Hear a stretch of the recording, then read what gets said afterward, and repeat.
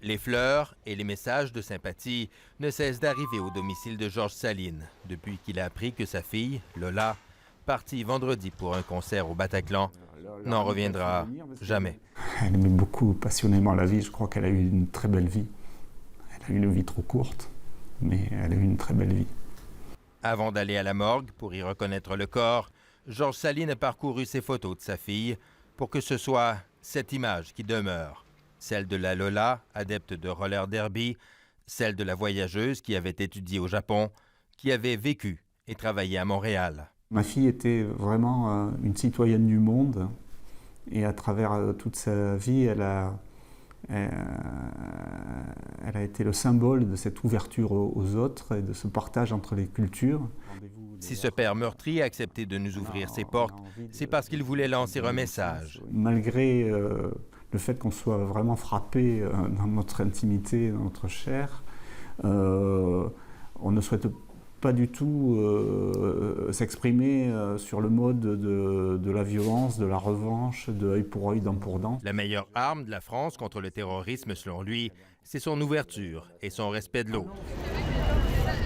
C'est d'ailleurs une France multicolore, pas seulement bleu, blanc, rouge, qui s'est rassemblée place de la République et partout ailleurs au pays, pour une minute de silence à la mémoire des victimes.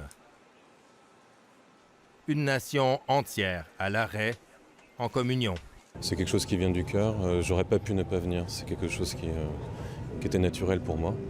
Et quand je vois tout ce monde qui est ici à se recueillir, je suis d'autant plus fier d'appartenir à ce pays, à cette ville. C'est la première fois que les Français se réunissent en si grand nombre au même endroit depuis les attentats de vendredi. La première fois qu'ils bravent les consignes de rester chez eux et l'interdiction de se rassembler. Le besoin de se retrouver ensemble, solidaires, était plus fort que tout.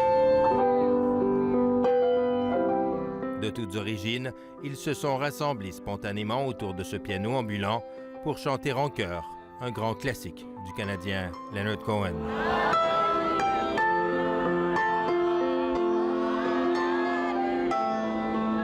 Ils sont venus de partout aussi pour donner du sang, comme ici, à la mairie de Vincennes, où ils étaient plus d'une centaine, mus par le désir pressant de faire quelque chose. Une collecte de sang, victime de son succès. Je souhaite donner mon sang à quelqu'un. Oui, mais ce soir, c'est trop tard. C'est trop tard? Non, il y a trop de monde.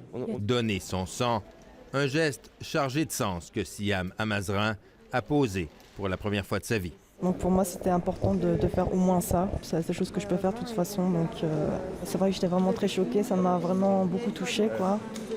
Et surtout moi en tant que musulmane, en fait. Donc ça dégage une image de nous qui n'est pas ça du tout, quoi. À l'extérieur, la mairie arborait fièrement ses couleurs, le bleu, le blanc et le rouge, tout comme la Tour Eiffel. Un symbole, un message, la France face à l'horreur reste debout.